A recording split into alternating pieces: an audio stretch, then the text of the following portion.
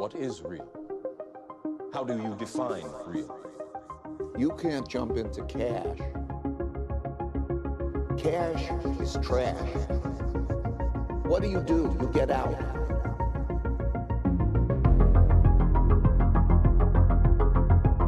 Marty Bent is the editor-in-chief of Marty's Bent, a daily newsletter about Bitcoin, the host of Gamcast, a podcast about Bitcoin and oil and gas, the host of Tales from the Crypt, a podcast about Bitcoin, co-host of the weekly Rabbit Hole Recap, and he is leading the way in bringing the market to molecule at Great American Mining, which is harvesting organic waste fuels while securing the world's first engineered monetary network, aka Bitcoin. If you're not paying attention, you probably should be. Marty Bent, welcome to the Bitcoin Matrix podcast. How are you? Doing well. I'm very happy to be here. I think finally able to get this interview in the books. I feel like yeah, it's taken a minute to come together, but I'm super excited to have you on. You know, to be honest, for me, you were kind of a beacon, your pod, when I was first coming into Bitcoin. And, you were the first podcast in the space where I started to enjoy your responses and view almost, or if not more than the guests. And so I was actually coming to the podcast to hear you. So I really appreciate everything you do in the space. I've been very inspired by you, and happy to get right into it. I'd love to hear more about what's going on in Great American Mining. And I'm kind of curious, I think before you were even there, you did a stint at some valuations company or finance company, and kind of figure out like, how does that fit into, your path? Yeah, so I had a short stint at a third-party valuations company,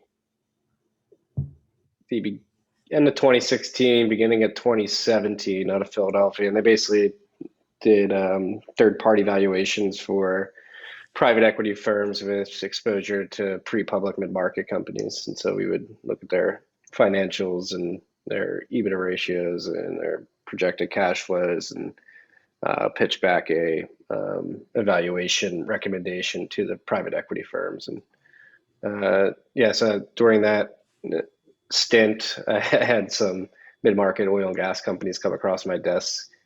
So got some exposure to some of the companies and their financials, and it was very interesting from that perspective to see how some producers, not all, but a lot misallocated capital in the mid 2010s, between 2010 and 2020.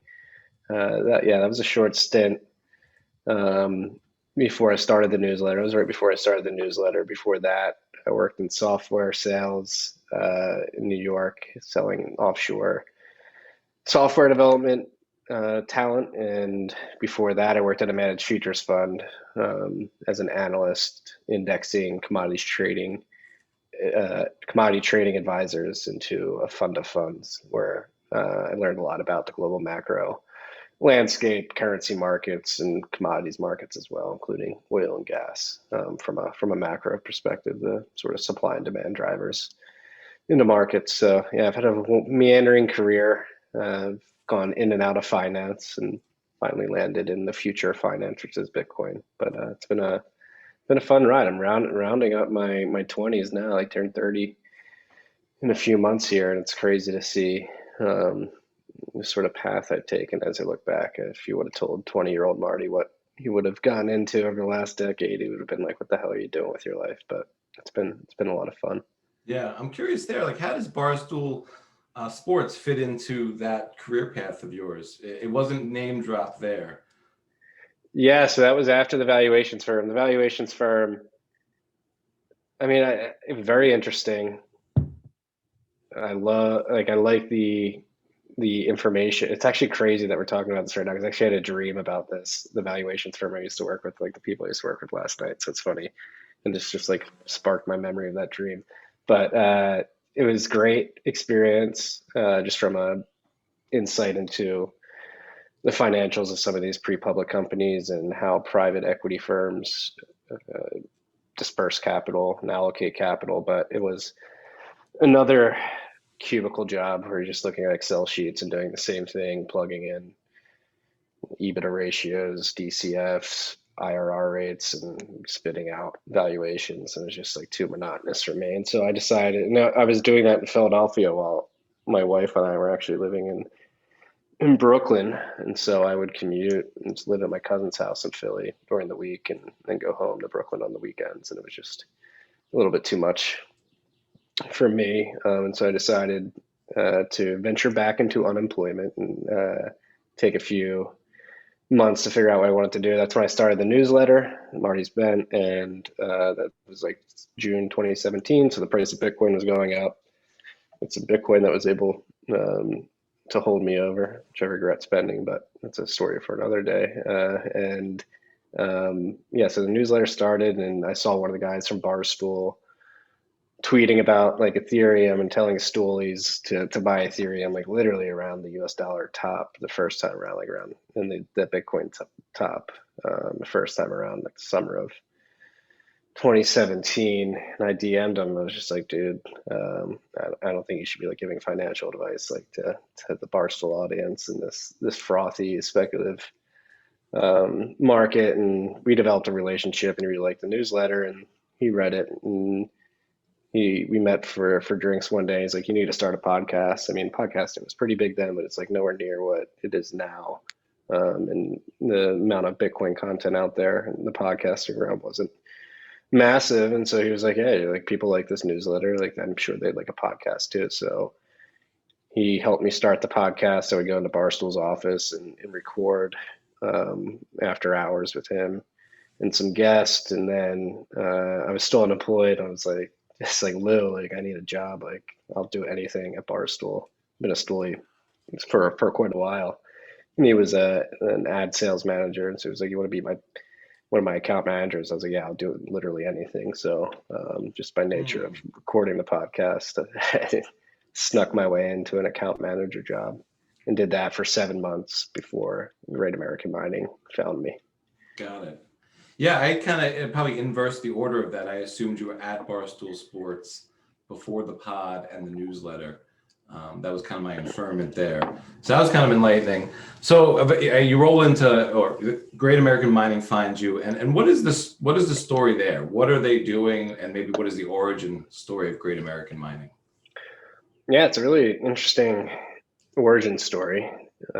So Great American Mining spun out of a parent company known as Buy Sell Ads. So Buy Sell Ads is basically like an online platform where publishers and advertisers can meet, and publishers can monetize their sites, and advertisers can get their products in front of a very concentrated and devoted niche audience across the web. Our CEO, Todd Garland, bootstrapped that company beginning in like 2008, 2009, I believe. It's very early on in the ad days. And it's funny, we're a Bitcoin company coming out of an ad tech. It's a bit opposite. But Todd's really main purpose of starting that is like he just liked niche content creators and sort of niche content themes and wanted to be able to help those content creators monetize. And at the time, advertising was the best and only way to a certain degree. And so he created this white label service, allowed publishers to basically plug it in and get access to a marketplace where advertisers could buy ad space. And just the nature of that business got introduced to Bitcoin publishers, data publishers in the Bitcoin space in like 2014, 2015.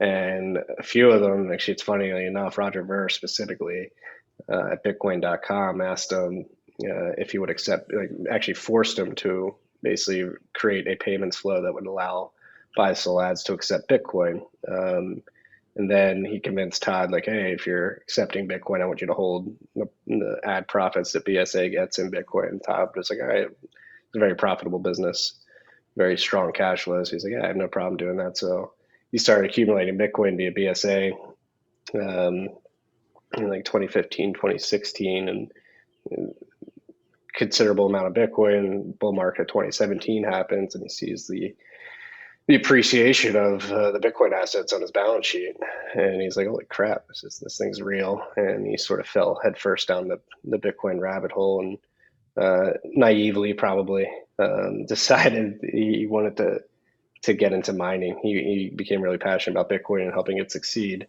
and decided the best way he was going to do that was by getting into the mining industry. So Green American Mining started in like literally the height of the last bull market in December of 2017. We got in on that Dragon Mint early order that really didn't turn out to be what it was advertised as, and we made a lot of naive mistakes early on, but we kept with it. I joined the company again like April, May 2018, and essentially we were in quasi stealth mode for a couple of years as we attempted to find cheap energy at scale, and so we really honed in on the natural gas, the stranded natural gas, particularly flared natural gas. By accident, our head engineer, Reed Browning, was at a state fair in Utah where he's from, and he has a petroleum and chemical engineering background. He's worked in oil and gas his whole career, even at the EPA, and he was sort of explaining to a buddy at the state fair who was in oil and gas our problem that we were trying to solve at Green American Mining, which is like cheap, abundant energy. And this gentleman just so happened to run a water treatment facility for brackish water. And he said, yeah, I've got a flare on my site. If you want to come plug in the generator and try to use that as an energy source or an electricity source to run your miners, come and try it out. I'll just give it to you. And so that's where we built our first prototype. It worked. And we looked at like the economics if we were to go sort of source similar deals with this particular energy source, and we were like, holy crap, maybe this is our avenue to get cheap energy at scale. And so since then, we've been iterating on our container designs and our relationships in the oil and gas industry, and really just going full bore for the last year and a half now. Attempting to just perfect everything, and now try to get the scale that we've been thinking of for 4 years, 3 years, 3.5 years. It's very interesting. To me, there's two sides of the coin here. One is the Bitcoin desire to find this cheap energy, but the other side is the legacy industry, the energy, the oil and gas industry. How do they view stranded or flared gas? It depends on the particular producer and what part of the country or world they're in. Most of them just view it as, I mean, it's literally called like a nuisance gas, particularly like North Dakota. Like it's a nuisance because when you IP a well, you're not only getting oil, there's a ton of gas coming out as well. And with all the ESG movements and the need to curb greenhouse gas emissions being thrust at the industry from the federal and state level, the natural gas is seen as a nuisance because when you're IPing these wells, there isn't always pipeline infrastructure for the gas to get that to market. And so they have to flare this gas because they have nothing to do with it. They can't just vent it unless they want to get knocked by the EPA for being like ultra polluters. So they just set it on fire and combust it. And depending on where you are in the country, like in North Dakota, if you flare a certain amount, you have to stop your oil production. And it's a nuisance in that regard. And the natural gas, there's such an abundance of it. The supply of natural gas is so immense that like even if you were able to get pipeline infrastructure out to these pads, it's not the like marketing the gas, getting it refined, and then finally getting to market. By the time it gets to the end consumer and they're paying for it, they're making pennies of the dollar, if not like sometimes spending money to do all that. So the oil is the moneymaker in the industry, and that's all not all, but that's mainly what the producers are focused on, is getting oil out of the ground and to market to profit, and it is very profitable for them. The natural gas is a nuisance, and even if it is a positive revenue driver, it's a very small percentage in most cases. Right. So it's definitely a few angles here. I mean, the value of the gas, I guess, being flared, but also depending on which state you are, you know, some states don't care, I guess, about the flared gas, or don't care as much, or don't cap production based on flared gas. Is a lot of the business model for Great American Mining, especially, I think, as you were rolling this out, and before we get into Bitcoin, was it really around predicated on regulatory arbitrage? Yeah, I mean, definitely, in a sense, where we're regulatory. I mean, we stumbled into regulatory arbitrage where we needed cheap energy, and we knew that flaring was a problem in the Bakken and North Dakota specifically. And we said, hey, yeah, like we'll help you curb your flaring so you don't have to shut down oil production. That's simple. And like, not only you're gonna not have to spend money to flare, you're gonna make money on that gas that you would have otherwise flared because we'll pay you for it instead of you literally spending money to set it on fire. So they're more than happy to see us come up and say like, hey, yeah, we'll do like an offtake agreement with you. We'll buy the gas. We just need to make sure that we get a steady stream of it for X amount of time. Yeah, I mean, a lot of interesting lessons learned too. As a pure flare mitigation service, you find out that you find out some interesting lessons. Like we learned a lesson in the Bakken where we engaged as a flare mitigation service and didn't actually own the gas. We didn't do an offtake agreement, and we found out that like the pipelines actually have a lot more control over the gas than producers. So when the crash in April of last year happened in the oil markets, and producers started shutting in oil and gas wells that opened up capacity in the pipeline. So that gas we were using on one of the well pads that we were on, the pipeline had capacity open up, and the pipeline said, "Hey, we're going to take that gas. You don't own that." And so, yeah, we try to do offtake agreements with producers now to make sure that we have full control of that gas. Right.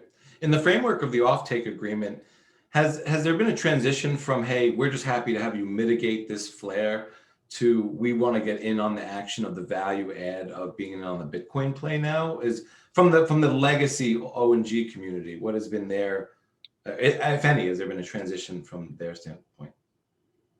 Yeah, again, it depends on the producer, particularly the size of the producer. Again, the bigger guys are making so much money on the oil and have their gas handling down to a science almost. And again, they're making so much money with the oil that it's like the scale at which Bitcoin mining can help out the gas problem they have at this particular juncture just isn't there. It will be there in the future. But yeah, so the smaller, medium-sized producers, mom and pop shops, they're really affected by this. They're more willing to get excited about the Bitcoin stuff, especially if they're in weird financial straits. But yeah, it all depends on the amount of capital they're able to deploy into this, whether or not they can participate as much as they'd like in the Bitcoin mining. But there are ways to like a lot of these, there's ways to engage with these producers in different ways depending on what they have to bring to the table. Like if you bring gas to the table, you're willing to give it to us for free, and if you have generator assets on site that you're not using and you're willing to let us use those to generate electricity with your gas, like yeah, that's putting skin in the game. So we'd be more than happy to share Bitcoin revenues with you. But yeah, there's most popular engagement right now are these offtake agreements, and again, most producers are risk averse when it comes to Bitcoin. They still view it as like some weird thing, but obviously the price of Bitcoin going up has certainly shifted conversations towards, all right, like explain this to us, like why should we be paying attention to it? And we haven't seen full adoption with all the producers we're engaged with, but we do work with some producers that are taking a rip of the Bitcoin and holding it. Right.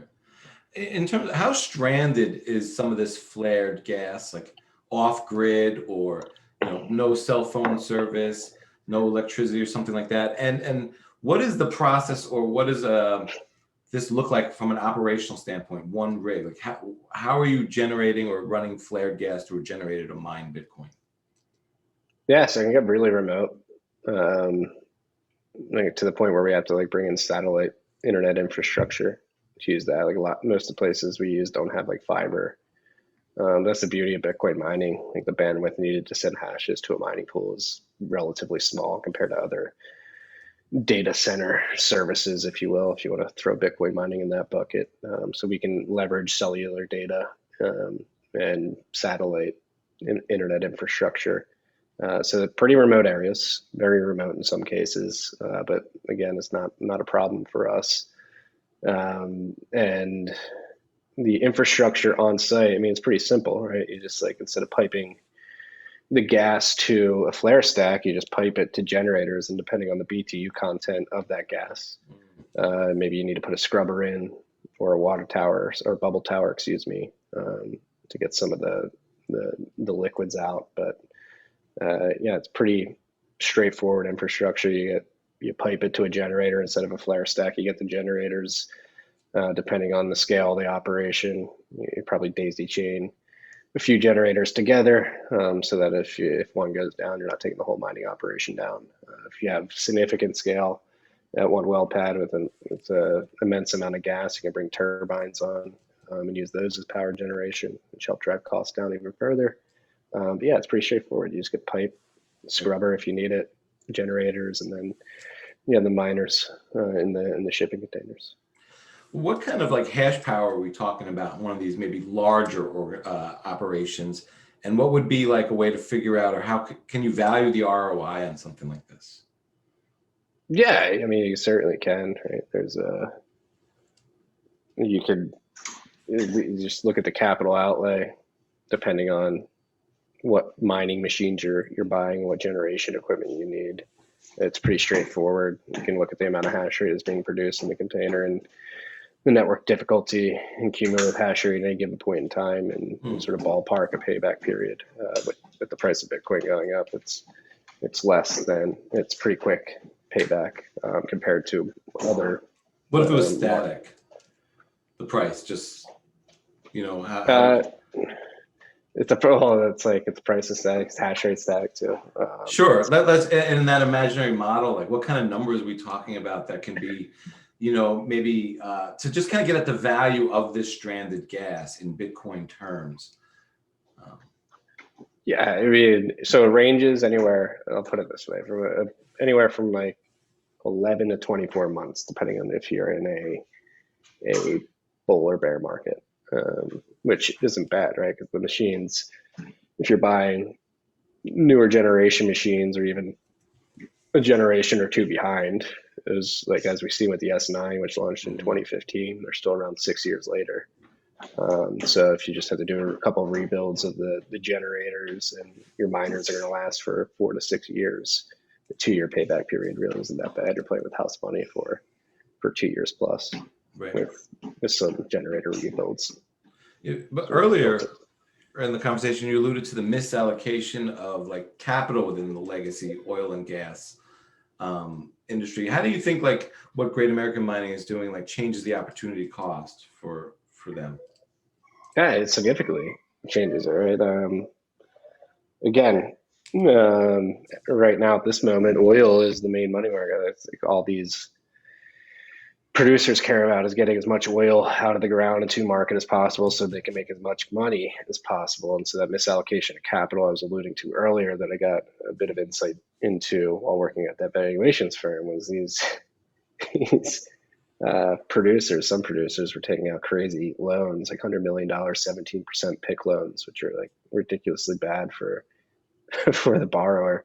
In 2012, and they were projecting that they were going to be able to pay it back in 4 years because the price of a barrel of oil would be like $80 to $100. And so they would just take this loan and poke as many holes in the ground to get as much oil as possible, and they'd have to make up for that lack of appreciation in the price for a barrel of oil with volume. So they're poking holes and trying to get as much oil out of the ground and get as much to market as possible. And arguably it led to a misallocation of capital. They probably drilled more wells. They definitely drilled more wells as necessary to meet demand and be able to run a profitable business for themselves. And so what Bitcoin mining off of what they typically view as nuisance gas does to the opportunity cost, it allows them making better decisions, right? Instead of gas being responsible for 3 to 5% of their revenue, maybe it jumps up to like 20 to 30%, maybe even higher. And so that's a considerable revenue stream and profit driver that leads to a different sort of allocation of capital and decision making at the business level. Like, do we really need to drill that many wells? Like when we drill a well, maybe we can choke the well, which means we'll take out gas and oil slower and just milk it for a longer period of time. We we can do something with that gas. Do we invest in pipeline infrastructure? Do we actually need to get this gas to market? Can we just consume it here and convert it to energy here and turn it into Bitcoins instead of building a multi-million-dollar pipeline project that goes across state lines and comes with a bunch of headaches from the permitting level and the environmentalists attacking this level. So it definitely shifts the variables that go into the decision-making process at the business level, and by extension, the opportunity cost of the types of decisions they make. Like they have to make those unpopular.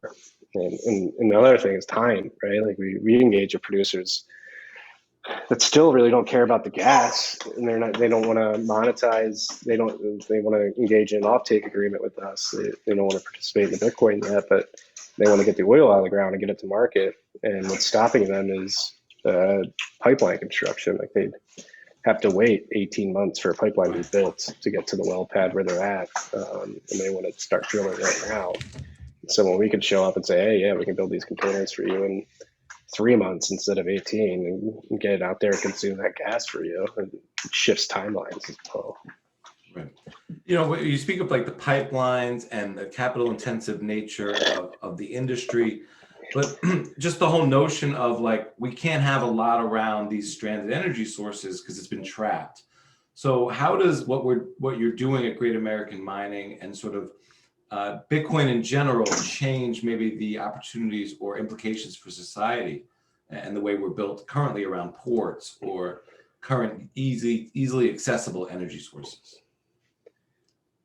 I mean, it shifts it massively. We can go use these stranded energy sources and make them profitable where they otherwise wouldn't be. And so then you use it, you tap into it, you mine Bitcoin with it, and then maybe you create like a mini grid out where this is, or like a mini power station, right? You're not only mining Bitcoin, but you're producing power beyond what you use to mine Bitcoin. They can then power other things like remote farming.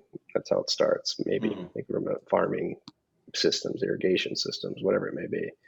And then from there, you have something that adds on to that, and you add a little bit more energy capacity, and you build around this sort of mining operation, and it changes like the way humans aggregate around these energy sources, because you finally have a profitable way to convert these energy resources. You have a profitable way to monetize them, right? To convert them into a revenue stream. And it's the first time that we've been able to do that in human history. So you can, again, the pipeline infrastructure is necessary for local markets, and you're basically building literal pipelines to local markets to sell your gas, and that's the only market you can sell your gas to. Or if you use it to mine Bitcoin, you get accessibility to the global Bitcoin market. You sell it to a worldwide distributed peer-to-peer cash system immediately. And that's it. You just look at it as demand for your gas, particularly converting it into electricity to produce hashes that eventually produce blocks that reward miners in Bitcoin. You're able to tap that very physical and geographical specific molecule and sell it to a global market, which is pretty crazy to think of. Right. How do you think this affects like maybe nation states, like specifically maybe resource rich states where like, or even like wind, like Africa, maybe they have a lot of wind that's just not able to be, extracted from the local source and brought to the rest of civilization. But now there would be different opportunities in places like that. Yeah. I mean, I've been writing about this a lot lately. I think I think, again, it's a theory. I can never prove this out until it happens, but right. I think we're going to see like I don't want to say a reversion, because we're not like reverting back in a sort of negative context, but like a return to city states that are predicated around these scarce energy sources. So like you can, particularly in the United States here, there's a lot of states that were affected by this federal ban on fracking on federal lands. And a lot of these states depend on the revenues provided from the oil and gas activities that go on the federal lands to literally fund like permanent funds within the state, to fund infrastructure, education, healthcare for the citizens of these particular states. And that's just been cut at the knees at the federal level because they're not able to extract that oil and gas and move it to a market.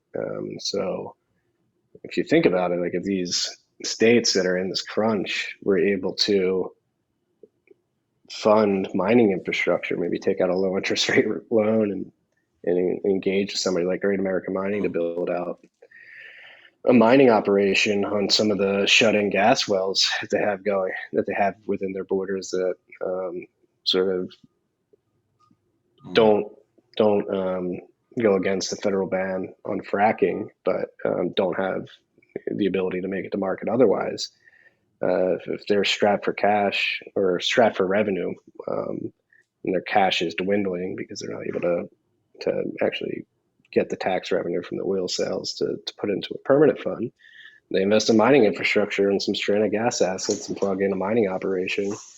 They could essentially fund those permanent funds with mining revenue, right? They could mine Bitcoin and put portions of it into this permanent fund and fund that, and just basically use their energy sources within their borders and monetize them immediately and lower taxes for their tax base. Say, hey, don't worry, the state on behalf of its citizens invested in mining infrastructure, and we're going to roll these revenues into a permanent fund that's going to take care of infrastructure, education, healthcare. And then at a certain scale, they could, especially the energy rich states, they could turn around to the federal government saying federal funding in front of them with this carrot, and they can say, hey, we actually don't need you. Like we're doing pretty fine ourselves. We got profitable mining operations. They're extremely, that's the other thing, you're cash flow positive almost immediately. You just plug them in, you're hashing, you're getting paid out Bitcoin multiple times a day, depending on what pool you're pointing your hash at. If you have somebody at the state level who's basically operating the mining operation economically and stewarding that particular operation responsibly and reinvesting the flows into the operation and growing the operation, there's no reason to think that you could basically turn away from the federal government, like just depend on yourself and actually lower taxes, potentially eliminate taxes for your tax base as well, just using the mining operation as I hate to use the term UBI because it's not really UBI, but something akin to, hey, we've got skin in the game as a state. The taxpayers contributed to this, so you're going to benefit from it as well. I mean, we've seen examples of this in Alaska with their permanent fund and other states as well. So it's just taking this and applying it to a Bitcoin mining operation. And then like you can get even more granular with that. Like some of these counties are very energy rich. I think you could do it at the county level. You could do it at the city level. And then you can see like states breaking up into smaller and smaller citadels, if you will. Yeah. No, I'm glad you brought up the Alaska example. I mean, I think the precedent is there. It's just whether the mindset will change over and recognize the value proposition here. Is the energy industry a way of life? It's a way of a quality of life, right? Right. I mean, we can live without the energy industry, but it just wouldn't be as good of a life. Right? That's what humans do. We're thrown into nature. Nature's very cruel and harsh. Mother Nature's a harsh mistress. She's a cruel bitch. And we are a very smart species, and we figured out how to sort of hone nature and use it to our best interest and provide a quality of life and a comfort that allows us to increase our lifespan, create things like the internet so we can video chat and do stuff like this right now. So I think like harnessing energy and using it to our benefit creates like a quality of life, right? We can certainly live without the energy industry, but it just wouldn't be as good of a life. Right. That's interesting. So, what do you think then about like the moralization of energy consumption in today's climate? And, considering how much we need energy to do anything of value, but there seems to be this moralization around usage, specifically Bitcoin boiling the oceans. Yeah, I mean, it's a rhetorical weapon by communists who want to force their way of the world on everybody else. Like, it doesn't make any sense. It's not logical at all. It all stems from the notion that Bitcoin doesn't provide any value, that Bitcoin isn't useful. I mean, that's the main argument. Like, Bitcoin is converting all this energy into electricity, and it's not providing the world with any value. This needs to stop. It's usually the argument. And it's just objectively not true. I mean, it provides me value, provides you value, I'm sure. We're seeing like P2P exchange value in sub-Saharan Africa is at all-time highs. I imagine it's providing those individuals value. It's providing people in Lebanon, Turkey, Iran, Venezuela, Argentina value as they try to escape hyperinflation. And yeah, the whole moralization, again, I think it stems from the fact that people can't control Bitcoin. Particularly people who want to force communist views and communist sort of way of life on the rest of the world, and they try to like anything, divide and conquer, and nothing gets people more worried or more riled up than an existential threat, or the idea of an existential threat. The climate is a very broad topic that obviously affects everybody on the planet. It can be used as a rhetorical tool to drive fear, to push a certain agenda. I think that's where it stems from. Right? It is like a lot of these people are tweeting from iPhones that are made with petroleum chemicals. They're doing it from hot tubs too, which take up a lot of energy. It's all bullshit, man. I think it's like, go ahead. No, I didn't mean to interrupt at all. I was wondering, like, and I know you've spoken on this before, but like Bitcoin has to wear, I guess, its metrics on its sleeve, and I wonder, like, if people compared the usage of the energy that Netflix consumes, but I'd like to hear like your thoughts on like how much Bitcoin's competitors use energy, like whether the Federal Reserve, the U.S. dollar, or what other competitors Bitcoin has. Yeah, I mean, I've seen amounts of energy. You have 11 like the large Navy ships. Forget what they're called off the top of my head. Aircraft carriers? Aircraft carriers. They take up like 8 megawatts of energy, or excuse me, gigawatts of energy, or something like that, which is like equivalent to the Bitcoin network right now. And that's just like 11 weapons that are used by the U.S. Navy to protect the U.S. dollar reserve system at the end of the day. And so that's just one aspect of the U.S. military is those aircraft carriers. They alone are, I believe, I could be wrong on the stat, but I think they're consuming like gigawatts of energy. Then you get into like all the military bases we have around the world, all the oil that's used to fly everybody around, and all the oil that's used to create the weapons, all the energy that's used in the buildings that house the central banks and the commercial banks, commutes of the people that work at those institutions to and from work, how much energy they're consuming. If they're now doing like work at home, like how much are their computers consuming as they video conference multiple times a day. You can't even quantify it.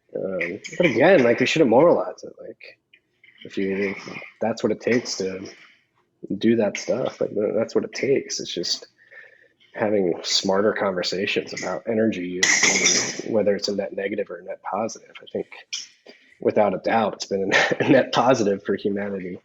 There are certainly net negative particular uses of it, and we should reduce those when need be. But I don't think by any stretch of the imagination, Bitcoin would fall in a net negative, just providing humanity with utility that has never existed before on this planet, and a utility that has a lot of value for people in many parts of the world and for different reasons, right? It's valuable to me because it's a great savings vehicle. It's valuable to somebody in Venezuela because they can accept money from a family member abroad within their sanctioned country and buy goods with it that they desperately need. It's valuable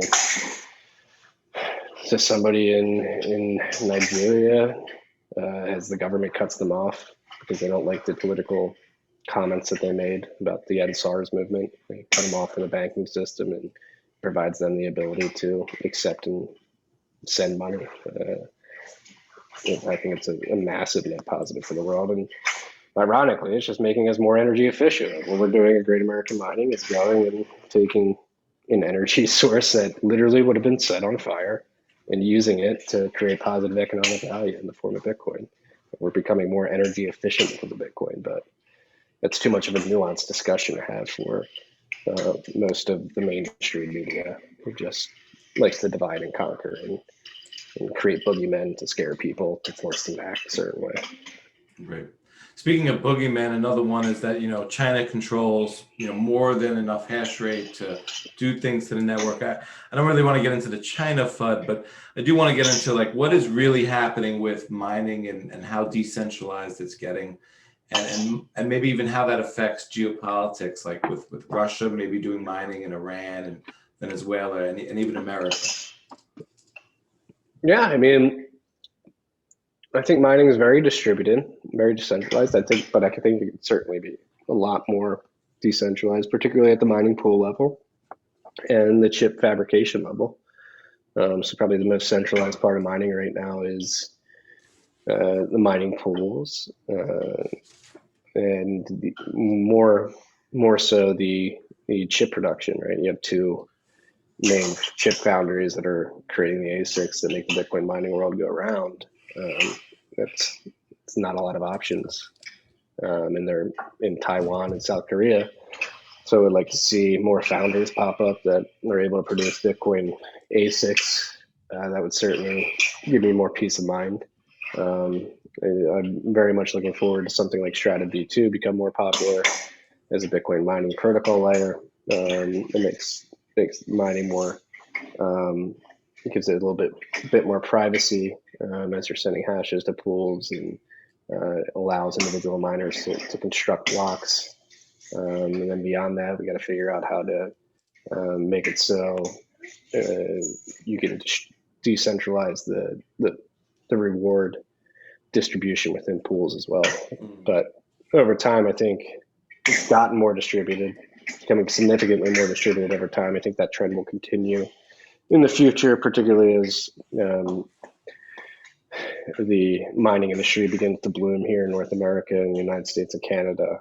I think you're going to see hash rate move away from China. We already have seen a considerable amount move away towards the West and in parts of Europe. And like you said, Africa's got a lot of energy, there's a lot of hydro in Africa that they can utilize. There's energy all over the world. That's what Bitcoin miners are. They're the energy consumers of last resort. And so wherever there's cheap energy, you bet there's a Bitcoin mining entrepreneur who's trying to figure out how to utilize it and turn it into Satoshis. And I have confidence in human ingenuity that people all over the world will figure this out, and mining will become sufficiently distributed over time. Again, I think it's pretty well distributed now. It was more centralized years ago. It's gotten more distributed as time has gone on. I think that will continue. Yeah. How many miners or ASICs do you think are not plugged in right now that have already been distributed? You can look at. Hash rate has been going up the last few weeks. So I think a lot of these, particularly these publicly traded mining operations that made big orders last year, made big public announcements, are beginning to plug them in. I don't think they had them all in. I can't quantify the exact amount, but I would say there's a considerable amount of hash rate sitting stagnant on the sidelines because people don't know how to execute and plug those in. They sort of shot first and try to figure out how to do it on the back end. How does that affect the Bitcoin network in terms of development or growth? Does that mean just a lot more power might come on at once down the road, or does that hold us back in any way? No, I don't think it holds us back. As a miner, I love it. hash rate off the network artificially for longer than otherwise would happen if you had those miners in the hands of people that could execute. And so our share of overall hash rate is higher as a result. So I like it in terms of, it's the beauty of the difficulty adjustment too. It makes it so the network is producing blocks within the 10-minute target or around the 10-minute target consistently. So as long as we have that difficulty adjustment working like clockwork, like it does every 2016 blocks, and as long as we have hashers all around the world, which we do, I think we're fine. Yeah, and if the price goes up, the hash rate lags, it's good for miners. I don't think it says anything about the security of the network overall. At this particular juncture, it's not a problem, at least in my mind. Right. What do you make of the Coinbase IPO and the lack of maybe Bitcoin on their balance sheet? I mean, this is, everybody expected Coinbase the IPO. I think it's a shame that they haven't been as Bitcoin focused as they can be, and the fact that they don't have much Bitcoin on their balance sheet is a shame, but it's whatever, to each their own.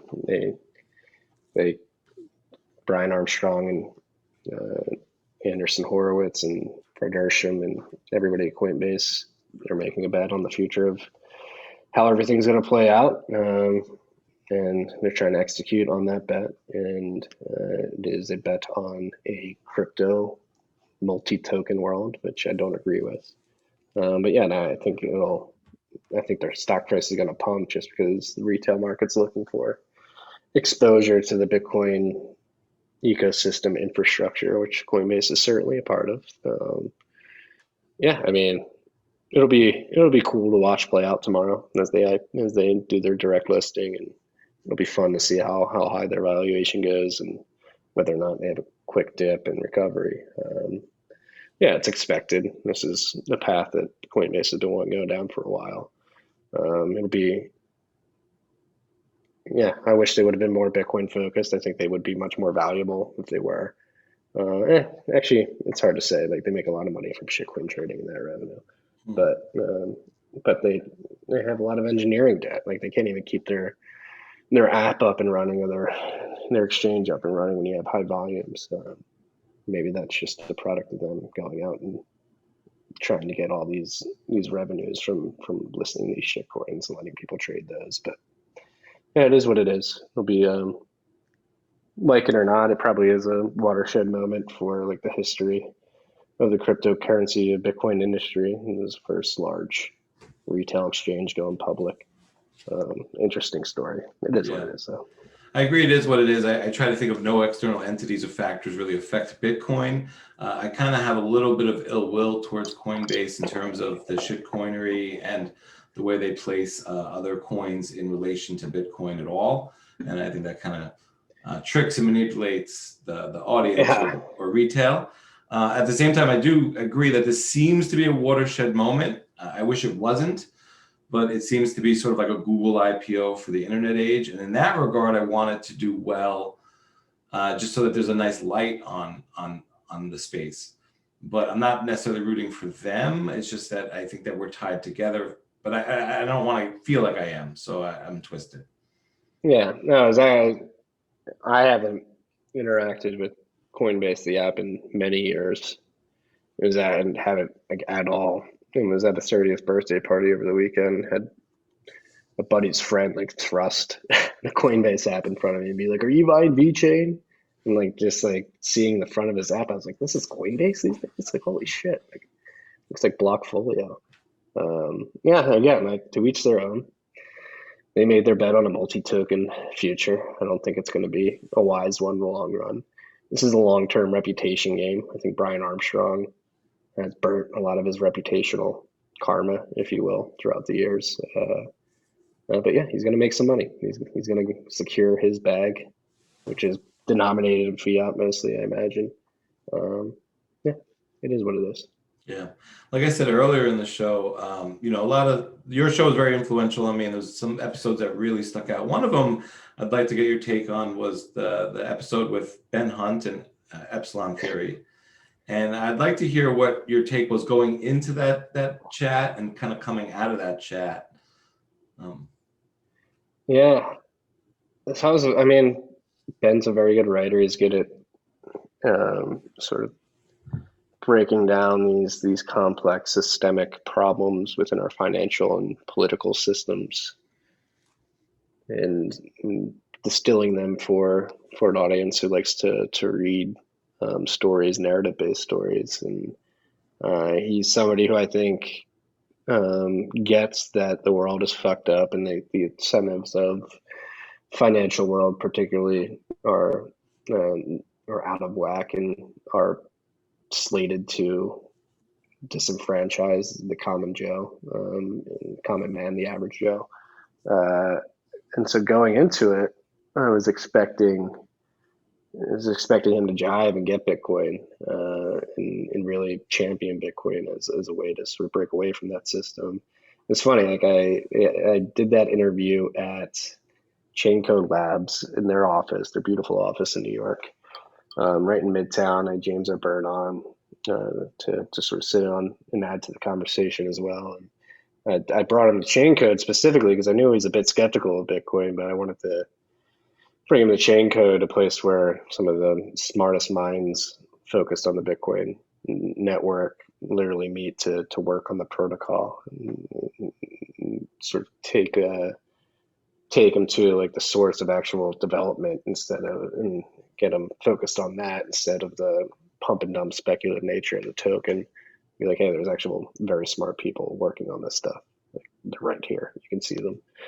And then during the interview, I mean, his thesis is basically that Wall Street's going to co-opt the Bitcoin movement and make it a walled garden centralized system, and it's trying to run away from. And we're all going to get, all the hardcore cypherpunk Bitcoiners are going to get proverbially dragged out into the streets and shot in the head for going against the empire, which is, I mean, I can see why he thinks that. It's just a bit disheartening that you're going to give up and basically declare Bitcoin a failed project before it even really gives a very strong fight in action against the state. But again, it is what it is.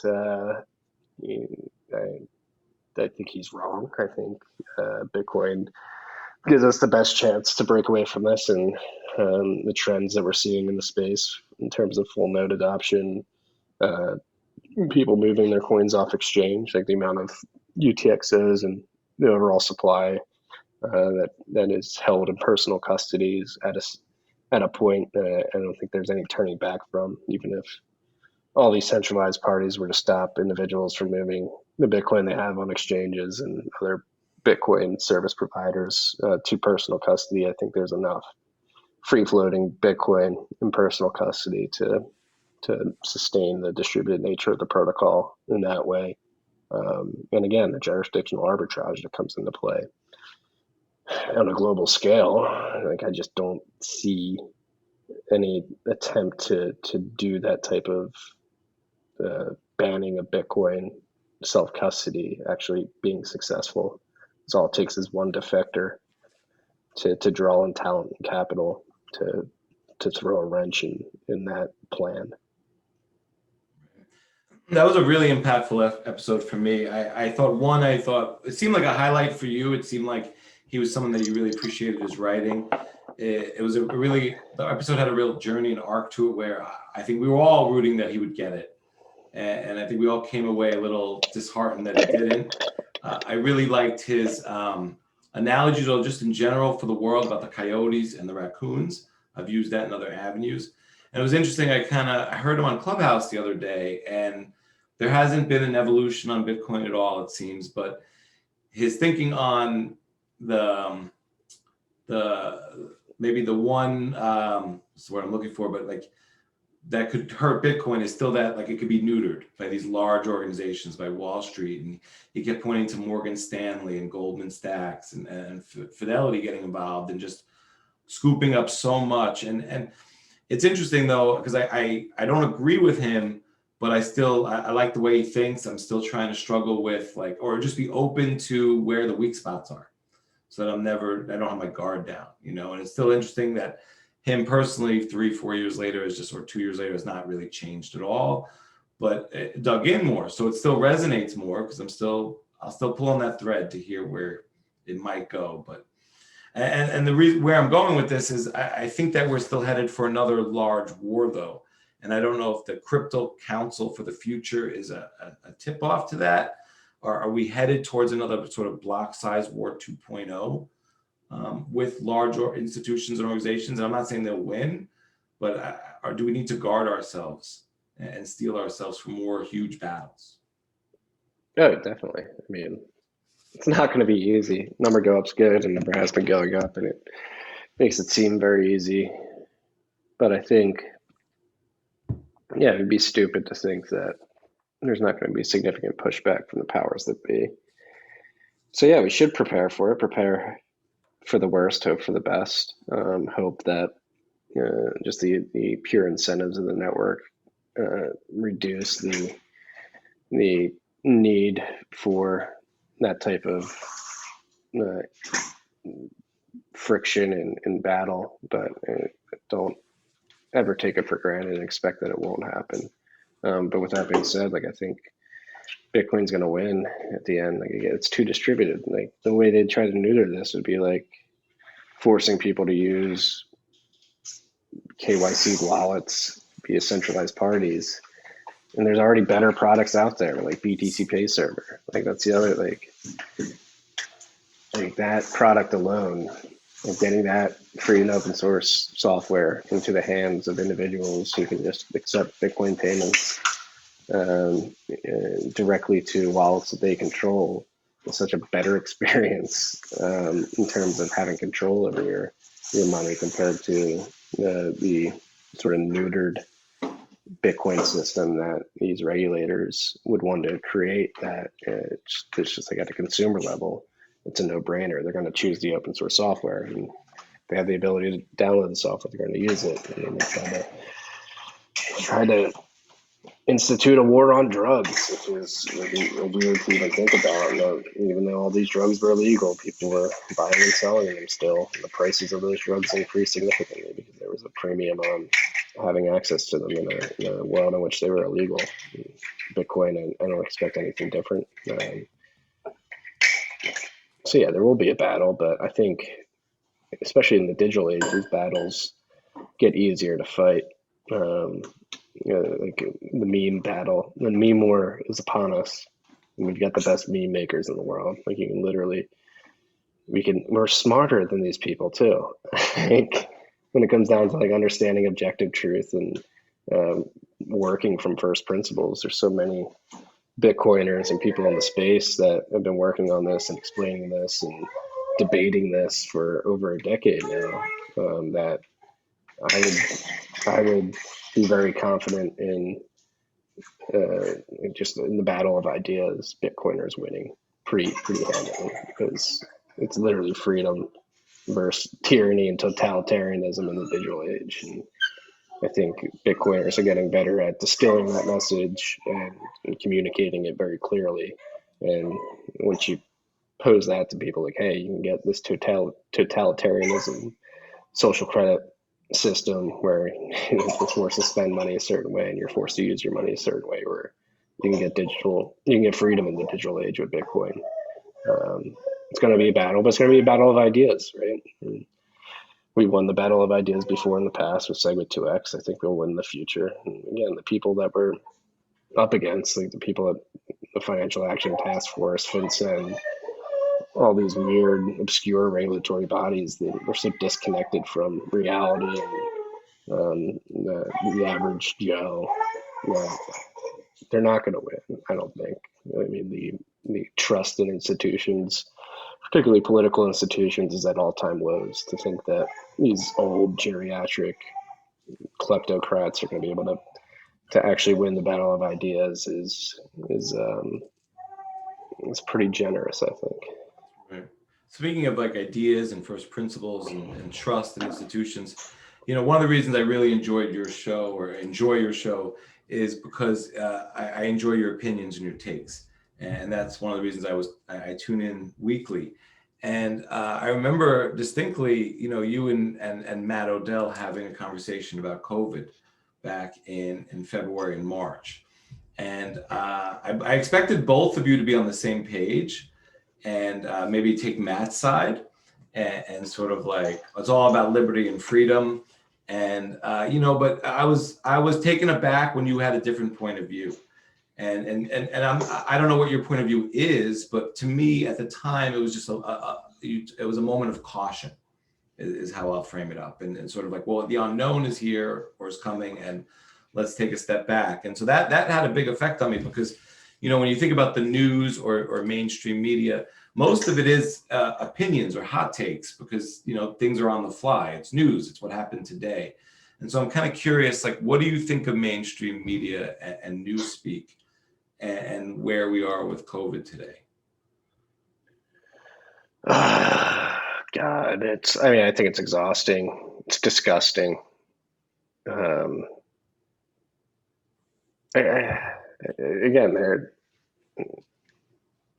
they use rhetorical tools to drive people to fear, to get them to act in certain ways. And COVID is stripping civil liberties, right? It's really weird what's going on right now. Like the whole debate around vaccinations, to me. So like, again, first principles. Like in the beginning of COVID, I was like scared shitless, seeing videos of people dropping like in streets and getting welded into their apartments. Like, what the fuck is going on? I was a new father. My son was born in the middle of February. So I had like an infant.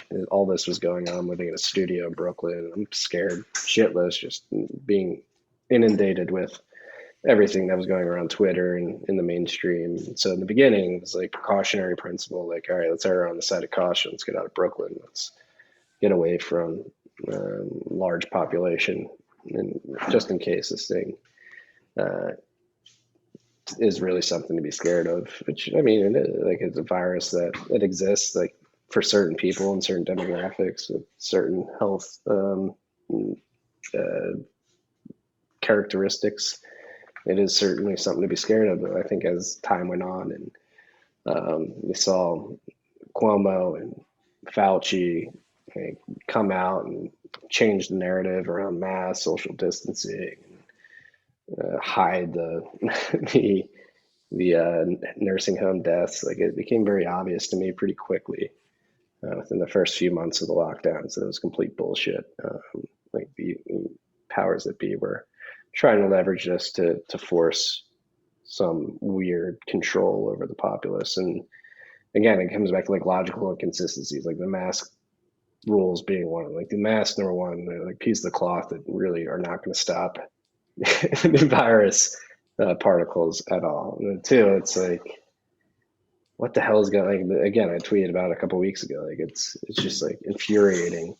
Like you go to a restaurant and you wear a mask at the hostess stand, and when you go to sit down at your table, you can rip it off, and people can like walk by you like with mask off. Like, and then another thing with like the magical coffee cup, like if you're on a flight, you have coffee or a drink, or you're walking down the street, like when you have coffee or a drink and you have your mask off and you're drinking, people don't say anything about it. But if you're just walking down the street without anything in your hands, people like freak out. There's like many logical inconsistencies. And then like the rush of the vaccine rollout and like the narrative, like just weird narratives, like being like in cities and having the radio come on randomly and just hearing propaganda, like make sure you get vaccinated, save a life. And it's being pushed on you by a pharmaceutical industry that's not really cared about people's health in the past. You're talking about like Pfizer, a company that's been sued for billions of dollars in the past for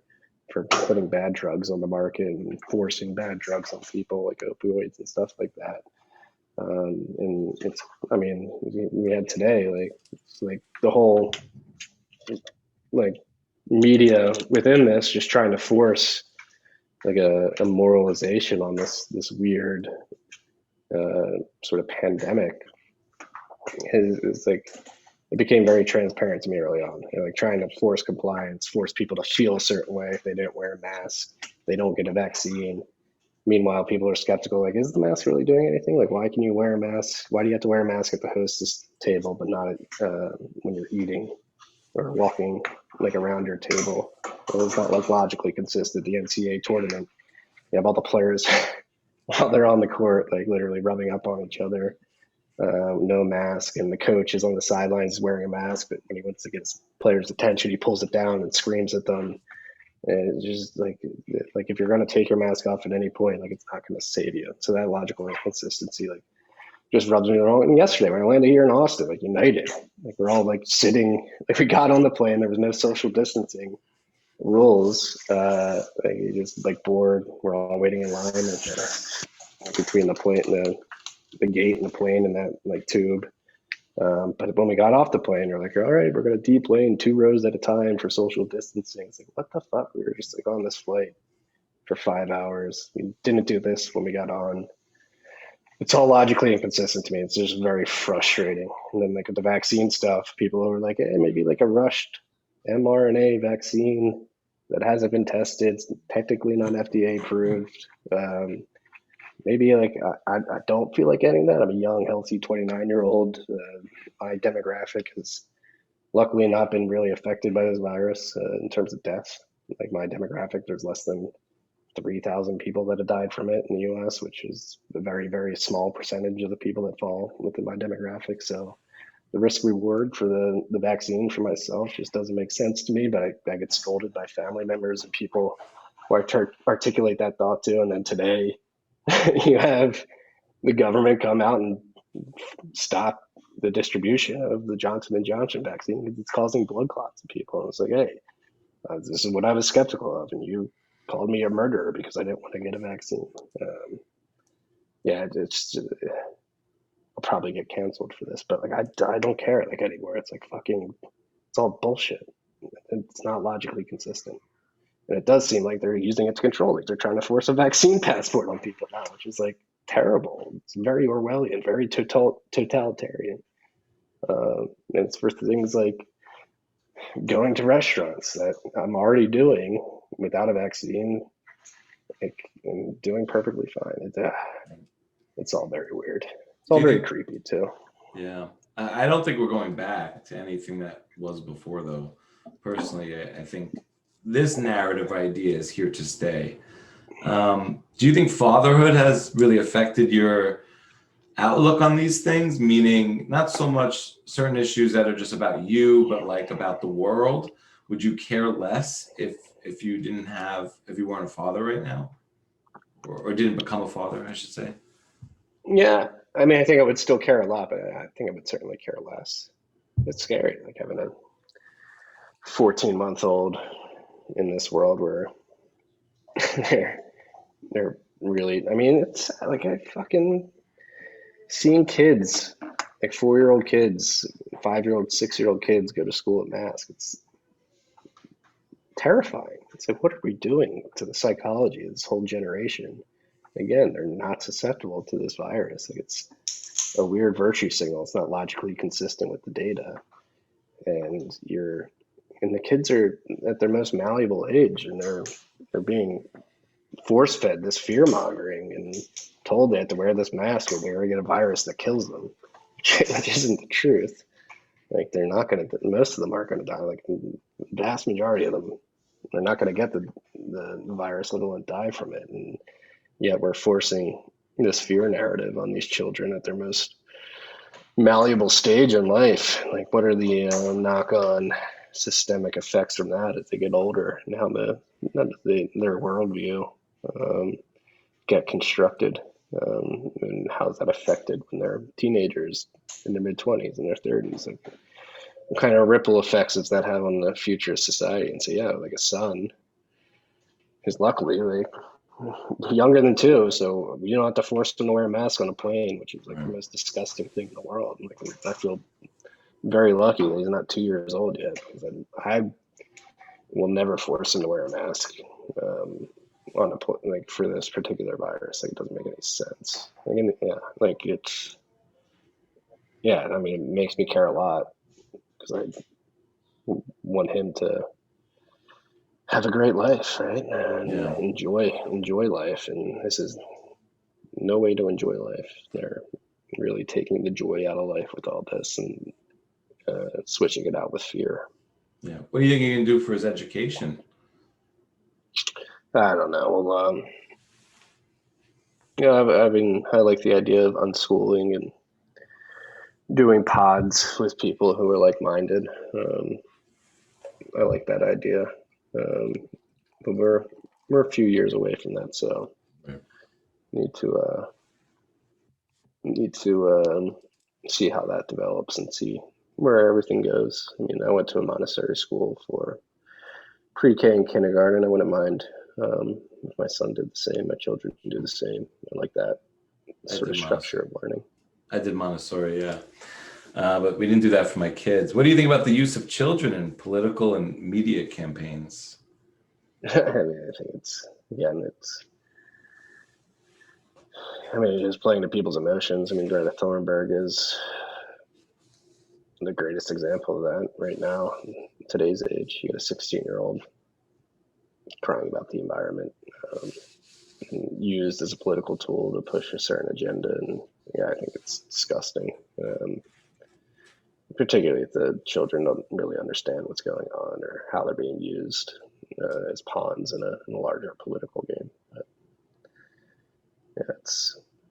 yeah,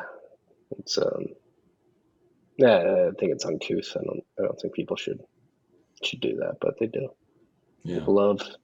People love to incite the children.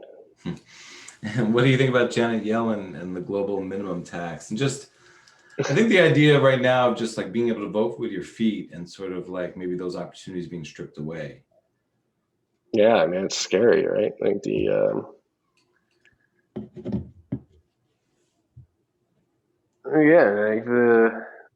have the mismanagement of the global economy and the global monetary system, because you have these very few individuals throughout the world who think they can micromanage a complex system like the economy of a country like the United States or the global economy. And I mean, just this takes it to another degree to think that you could have a global tax. Like, again, I wrote about it last week or the week before. Like, how do you collect that tax? How do you distribute it? What does it get distributed to? How are you transparent with that? It seems like a logistical nightmare and something that is just primed to get exploited by kleptocrats. Right. What about the green energy jobs? Is that like, are there going to be a lot of green energy jobs, or what's going on with like the notion of that and as an economy and where we're trying to go with energy? I mean, I don't know exactly how many jobs it would produce. I just know that they won't be as good. I mean, if you're trying to replace jobs of people working in the oil and gas industry with quote unquote green energy jobs, I mean, just objectively, they don't pay as much. They're not as profitable because the energy that's being produced via the labor of those jobs that will be produced is not economically dense, specifically as economically dense as oil and gas. Just from a pure physics perspective, like the amount of value provided via fossil fuel molecules compared to the green energy sector outside of nuclear. Maybe nuclear provides an immense amount of value and economic density, but that's another tell in the green energy movement. And it's not really about green energy; it's more about control over people's lives. Is they don't really push nuclear, which is the cleanest energy and the most economically dense. So. Yeah, it's really interesting the narrative of pushback against nuclear, and I think back about just growing up, how many narratives I've believed, or just around, and some of those issues we talked about. One of them is just nuclear energy bad or scary, or no, dude, it's fine, but you don't want to live near it, kind of thing. It's just astounding. I do want to turn to sort of Web 3.0 and a little bit around like where Bitcoin can go and the network itself, specifically with different layered technology. So you had a quote, I think in your newsletter, the Web 3.0 that Gavin and everyone else in Ethereum land envisioned would be made up of 4 components: static content publication, dynamic messages, trustless transactions, and an integrated user interface. Can you kind of expand on how, like, what Sphinx is doing with the way in which they allow podcasters to monetize their platform, checks all 4 of those boxes, and what those boxes mean? Yeah, and so Sphinx, the way it's letting podcasters monetize, it's basically just it's creating a UI on the podcasting 2.0 platform, which is integrating the Lightning Network, right? So essentially you're having the Lightning Network get integrated into RSS feeds, which is pretty massive. Like RSS feeds are a way to distribute content in distributed fashion, very, very decentralized, very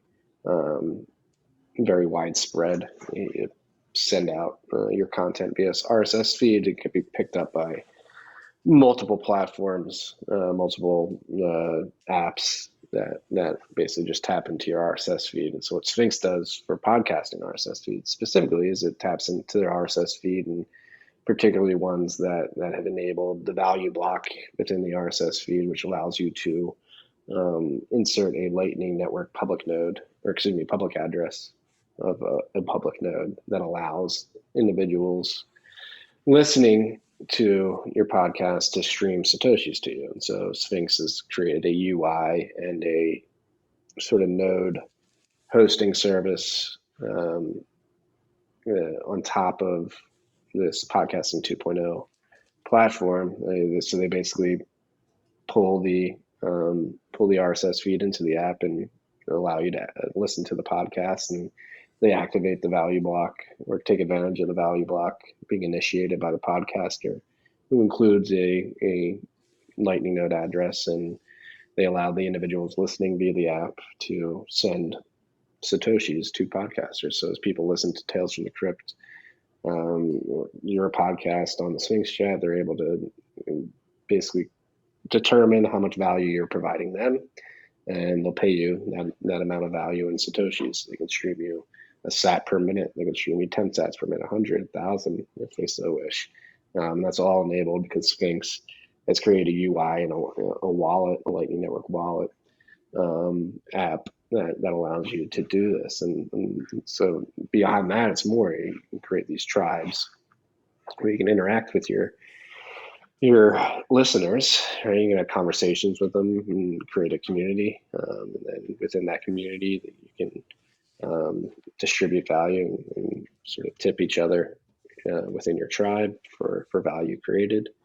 So in like Web 3.0, you have the UI on top of the distributed communication network. So that's the chatting aspect of the Sphinx chat. You're actually sending messages over the Lightning Network, like you're encrypting messages on your Lightning Network node, and you're sending it through the Lightning Network through Lightning channels, and people on the other end are receiving it on their nodes, which is pretty insane to think about. Like you're creating a messaging protocol on Lightning that's moving around via the value protocol, value exchange protocol that is the Lightning Network. And so, yeah, Sphinx has integrated podcasting 2.0, so it allows podcasters to monetize. Podcasting 2.0 allows podcasters to monetize, and Sphinx has allowed a way for listeners of podcasts to participate in that functionality. And then it's created services, additive services on top of that. So podcasting is just one way. So like Breeze Wallet is also integrated podcasting 2.0, and there's a few other apps that have done it as well. So they're all just tapping into this open RSS feed with a value block inserted into it and leveraging it, which is pretty beautiful. So you have distributed content distribution via RSS feed, combined with a Lightning Network, and you can create really cool applications with it. Yeah. You're just combining different distributed systems together instead of trying to do it all on a blockchain. Right. I'm super bullish on it just from a very high level because I think it's what we need as a society, this sort of decentralized open platform to communicate and exchange value. I think my biggest drawback to it, or I see sort of the obstacle in front, is that I don't know how much people want to pay per transaction for these kinds of things at such a low rate, a penny for a tweet or those kinds of things. But I do hope that it's a mechanism to even bring better speech and expression and freedom of expression. I'm kind of curious, what do you think are the most important attributes of the Bitcoin network? And kind of along those lines of what kind of drew you to Bitcoin? Was it the savings technology, or was it Austrian economics? Was it the privacy or the technology, or sort of these what we can do with Web 3.0? What was it for you that really brought you in? Definitely the economics. I mean, again, I was working at that managed futures fund following currency markets, and I was pretty jaded by the financial system. I was a senior in high school when 2008 happened, when the great financial crisis happened. I just so happened to be taking an elective economics course in November of 2008 when everything, September, October, November, when everything was hitting the fan, and the aftermath of shit hitting the fan was going down, and you just went over everything that was going down in fine detail within that class. And at 17, I was like, what the fuck is it? Like, how is it this bad? And so I went to college with like a sort of know your enemy mentality, started interning at the fund, and nature of that job, following Fed policy. And over the course of a few years of following their policies between Bernanke and Janet Yellen, really coming at an early age to call bullshit. Like, these people have no idea what they're doing. They don't make any sense. They're not logically consistent.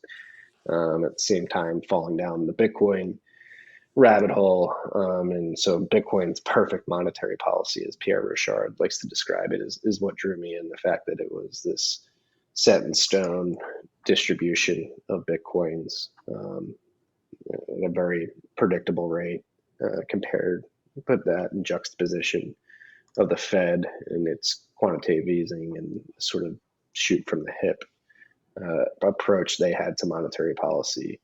The juxtaposition of those two things is sort of what led me to Bitcoin. Bitcoin really represented stability in an age of chaos and in the monetary realm in my regard. So that's what drew me to it. And then obviously, as everybody does with the Bitcoin rabbit hole, fall head first in, and you start learning about every other aspect, which is the cypherpunk movement, the distributed systems nature of the protocol, which enables this liberty in the digital age that really doesn't exist.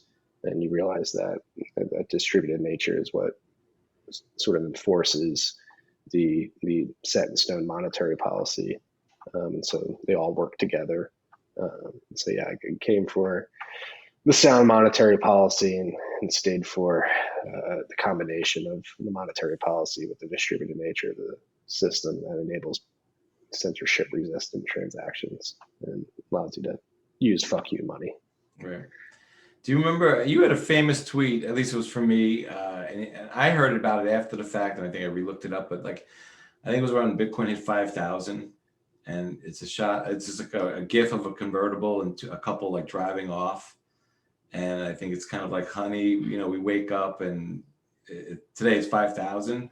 And it was kind of like your amazement, I think, at sort of where Bitcoin was at that moment in time. And I wonder, like, as long as you've been around, and like, is there another price that would kind of like blow you away in that regard? Not so much, in terms of monetary economics, but just for yourself, but in terms of Bitcoin and how far it's gone. No, I mean, so you have to, so this was like fall of 2017.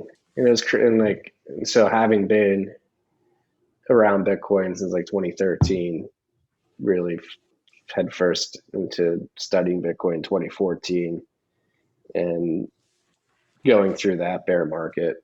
Like 2015 was a very very dark time in the Bitcoin world, going down to like $180 at one point, and then hovering down in the low hundreds for a considerable amount of time. And like there was no Bitcoin Twitter. Bitcoin Twitter was not what it is today. There was very few people who hung around during that time, and I wasn't even active. I was more of a lurker at that time. Just had my list on Twitter and was following the space pretty intently, consuming as much content as possible. Not really involved publicly at all. And I think at some points in 2015, 2016, I was like, shit, this might not happen.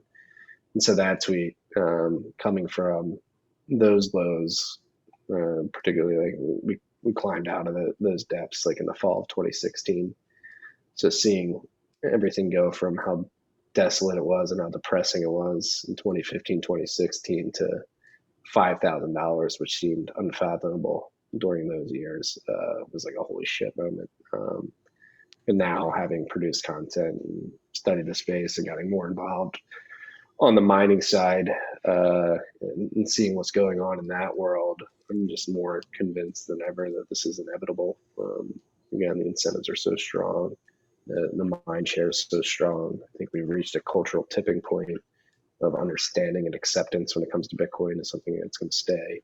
I think it is going to take over the world. And I have pretty high expectations for the future valuation of the network, considering the potential value that it's going to suck out of other markets. Like I'm in Bitcoin team land now. I think it's going to shock people to the upside. I hear you. Do you ever envision yourself having a conversation face to face with Dave Portnoy? Yeah, I think Dave and I will talk at some point again in the future. We'll be down in Miami for Bitcoin 2021.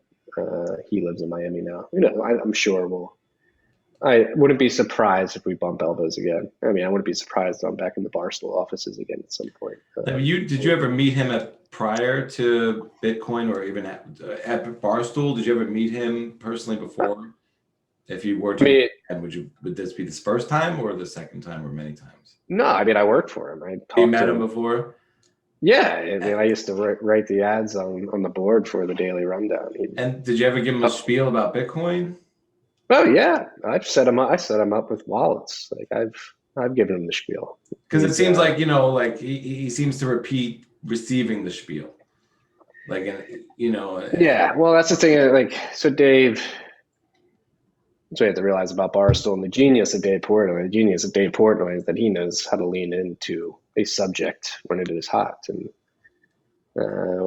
fall, winter of 2017, 2018, like Bitcoin and quote unquote crypto was the hot thing. And so, yeah, I talked to him a lot during that because he wanted to know how to lean into that content wave. But as with most attention waves, and not just specific to Bitcoin, like any story you hear in the media, it's pretty ephemeral. So as soon as Bitcoin price started falling and everybody started leaving the crypto market, like everything just on to the next thing. And so, and Dave Portnoy lives a chaotic life where he's creating content all the time, talking to very famous people all the time, and just jumping from one thing to the next. Very aggressive businessman, very savvy businessman. So he's doing many things. And yes, I'm not sure if my spiel stuck with him and is sitting in his mind, but I definitely did give him the spiel.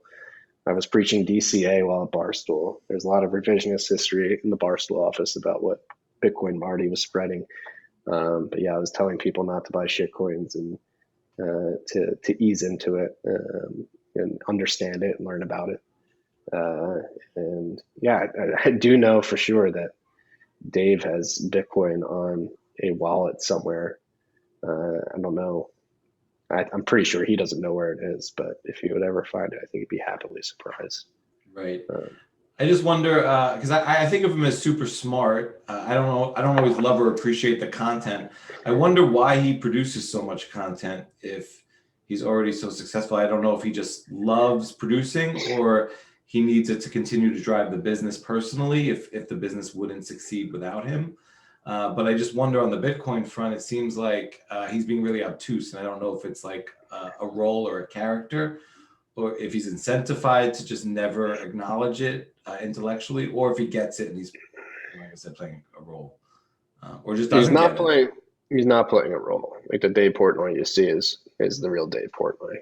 He's like that on and off the camera, from my experience at least. And again, I haven't seen or talked to Dave in, gosh, 3.5, almost 4 years now. And who knows, he changed. I mean, yeah, he'd be the first to tell you too. Dave Portnoy loves himself. I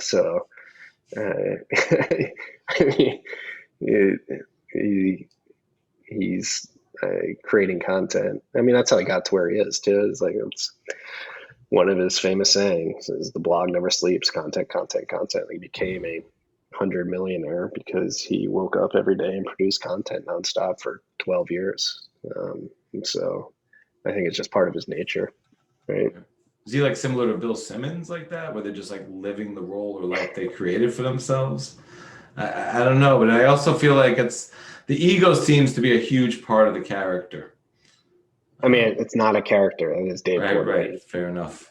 And he would be very, very, very insulted to know that he was compared to Bill Simmons. Oh, wow. I didn't know that. That's interesting. Did you learn a lot at Barstool about media and marketing? Yeah, I mean, again, I respect the hell out of Dave Portnoy. I do. That's like something I try to apply to TFTC. Is blog never sleeps. You got to always be producing content. Consistency is key, and being able to get a pulse on what is important at any given point in time is important to being successful. So that's something I try to emulate with the podcast and the newsletter. So in terms of like how to lean into content and dedicate yourself to producing content, and certainly learned an immense amount while at Barstool, and even just observing Barstool before I got there. I watched the blog grow over the years. I was an early reader and a fan of Barstool before working there, and then finally getting to see how the sausage is made. Definitely learned a lot. And then on the ad sales, I learned the nature of the podcast ad sales game, which for my personal well-being and my career has turned out to be a very good skill to learn. I don't need somebody else to do that for me, which is what a lot of podcasters do. They'll go do a network and say, hey, like, come join our network. We'll sell ads for you. Like, I know how the podcasting ad game works and know how to negotiate that stuff for myself. And so it allows me to make better deals, keep more revenue. Right. I'm curious your take on Clubhouse, and not so much the app or the company, but that format or medium, whether Twitter rolls out the same thing or whoever. What do you think of that medium? I think it's interesting, but it gets old after a while. Like I was on Clubhouse pretty consistently for like 3 months, like every day, and then it just got old and just recycle the same conversations, and it becomes a huge time suck. I think part of Clubhouse success is the forced lockdown, people's longing for connection and water cooler like conversations, and there's only so much of that I personally can partake in before it's like, all right, this is old. I'm wasting too much time. I think it's useful. I like Clubhouse when it's very focused conversations. That's the only time I'll use it now, is when there's like a very focused, dedicated topic that's going to be spoken about for an hour, very close-ended, very regimented, if you will. It's interesting. But yeah, for me, it's just like I was on it, and after a couple months, I was like, these are all the same conversations. Mm-hmm. It's not producing much value to me. And the opportunity cost of spending time on Clubhouse versus actually getting stuff done was getting too high for me. Yeah, seems like more noise than signal. So I'm kind of curious, usually I ask people the long term, but I'm kind of curious the short term. What is your outlook for 2021? And maybe outside of Bitcoin, just your take on what's going on. I think you're going to see the trend of states exerting their rights and competing for citizens continue. I think that's a very good theme to see happening right now, and I think that's going to grow stronger throughout the year, particularly around the vaccine passport debate. I think you're going to see different states posturing different ways in regards to that particular debate. I think you're going to see a continuation of the collapse in trust in the political system. I mean, the hypocrisy. I think some individuals are having buyer's remorse when it comes to Joe Biden being our president. Like, it's pretty obvious that he's mentally incapacitated to a certain degree. He's not following through on many of the promises that he made. He's trying to take away people's guns. He's not doing anything about border security. He's got a witch for a vice president. I think people are beginning to notice that the narratives that were being spun leading up to the election from president, vice president, and that political party are just Trojan horses to get into office and continue the meet the old boss, same of the old boss nature of our political system, where you're not really going to exert change or bring change to the United States via the political process. I don't think, at least, unless it's like local state. I think, again, you're going to see the trend of the state governments and competing at the state level increase as people lose faith at the federal level, because these people are crooks. It's becoming more blatantly obvious by the day. And I think it's just insane. Like, Nancy Pelosi just got called out for making a huge call option bet on Microsoft like a couple of weeks before they got granted like a huge $2 billion government funding or something like that, or they were awarded some contract. It's becoming blatantly obvious that these people don't care about the average Joe, the common man, and in fact, they're actually trying to divide them. Use divide, conquer, confuse. Again, use these rhetorical tools based from fear to divide people, to actually bring forth like a very totalitarian system. Hopefully more people wake up to that. I think people are starting to get fed up with the bullshit. So yeah, I think number one thing I'm looking for as we finish 2021 is this growing trend of states trying to court individual citizens, and the continuation of the decline in trust in our federal government.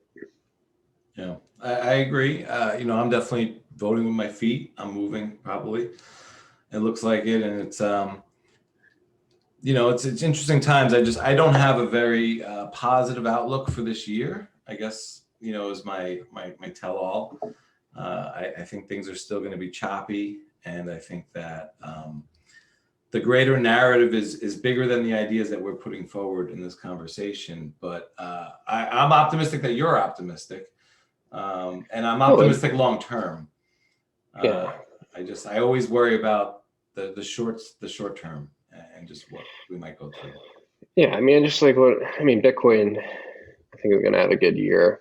What I'm seeing from the Great American Mining perspective is very encouraging. I think it's happening. The Bitcoin thing is, and that's extremely optimistic. And it is optimistic if people keep losing faith in the federal government. Like, again, these logical inconsistencies just become more and more blatantly obvious. Again, like the vaccine, the rush vaccine rollout, and the moralization around the vaccine, and then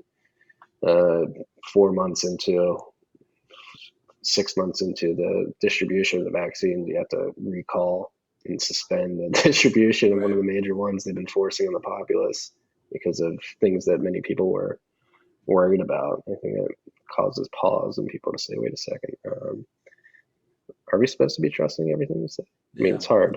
Well, I've never trusted anything. I've always been kind of a little anti messaging, but I think as a father, I'm just really, I'm really nervous about all the moralization of everything, because it affects my children, and I don't have a problem with morals.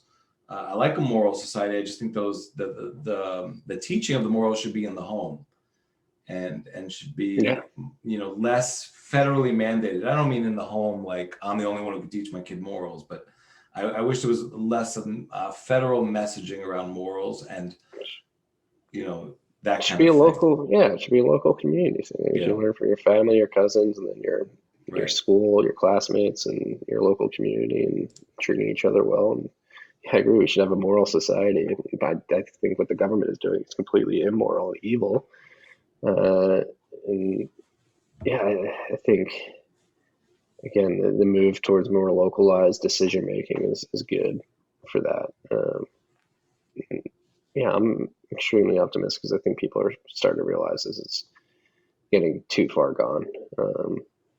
And the moralization, that's one thing I've been saying frequently on Gamcast and Tales from the Crypt more and more, and in personal conversations. Just like we need strong men and women stand up and start talking back against this bullshit. Like, just call out the bullshit. Like, this is not logically consistent. This doesn't make sense. Like, you're using fear to divide people and get a certain agenda pushed on the populace. Like, there's people got to stop worrying about getting canceled and just start speaking up and saying this is like literally called bullshit. Like, I'm sorry, I don't care. I'm on the side of truth. Like, and this is gotten to a point where it's insane. I think the silent majority has been pushed to an extreme where they're ready to stop being as silent as they have been in the past, because it's leading us to weird territory. And the fact that we have Bitcoin as an escape route and a way to exit and opt out of the system is just a beautiful option to have, and very grateful that we do have the option. And again, like I'm happy that I'm able to focus on making the Bitcoin dream become a reality, because by creating the content that I create and creating the mining infrastructure that we're building out of Great American Mining, we're literally building the system that we can use as an escape valve from this totalitarian, evil federal government that's metastasized throughout our country. Yeah, well, I love and appreciate your fortitude and your optimism during all of this, and your outlook. I can't tell you how much I've appreciated this and everything you do in the space. I'm a big fan of your work. I can't imagine how hard it is to put a newsletter out every day. I know writing is never easy for anyone. But it definitely was a big part of my journey, the newsletter and the pod. So I can't tell you how much I appreciate you coming on. And I think there's no other show that's more forward looking in the space, on the cutting edge of not just technical issues like Sphinx and Lightning, but and privacy, but really cultural issues and social issues, like your interviews with Whitney Webb and Michael Krieger. So I love your stuff, man. Thank you so much for coming on the pod. Definitely let everyone know where they could find you. And just a shout out for Gamcast. I also like that one a lot. I've been listening to that lately. I think that's a cool new addition to your portfolio. So definitely let people know where they can find you. Cedric, thank you for having me on. I'm very flattered that you enjoy the content. Again, it's like a labor. I mean, I do make money off of it now, but it started out as a labor of love, and I still like to think about it as a labor of love, because I think Bitcoin's an imperative moving forward for liberty in the digital age. And even if I wasn't getting paid for it, I don't think I'd be stopping. But if you want to find my content, tftc.io is the website, where in the newsletter and the podcast, you can find all of it in one spot. We're available on Tales from the Crypt and Gamcast. So Great American Mining is separate, obviously, from my media company. You can find information about Great American Mining at gam.ai, gam.ai. In Gamcast, there's a link to the podcast on that site. I hang on Twitter at Marty Bent. That's where you can find me. I'll be producing content and trying to plug in miners as much as possible until I fall over dead. So, I enjoy it. Cedric, thank you for having me, and thank you for doing this. It's beautiful to see more and more people popping up and educating others about Bitcoin. I think this just adds to the feedback loop and the network effect that's going to ensure that Bitcoin succeeds in the long run. So keep crushing it, man. Yeah, man, I agree 100%. Thank you so much. This has been so dope. I really appreciate it. Thank you. Marty Bent calls bullshit on all of it. right here on the Bitcoin Matrix podcast. And thank you for listening. If you dig the chats, make sure to subscribe, write a 5-star review, and share the link with your friends and family. For those of you that need to start stacking sats or want the best place to dollar cost average and get $10 of Bitcoin free on me, sign up at swanbitcoin.com/Cedric Youngelman. Keep learning and keep stacking. This is Cedric. Peace.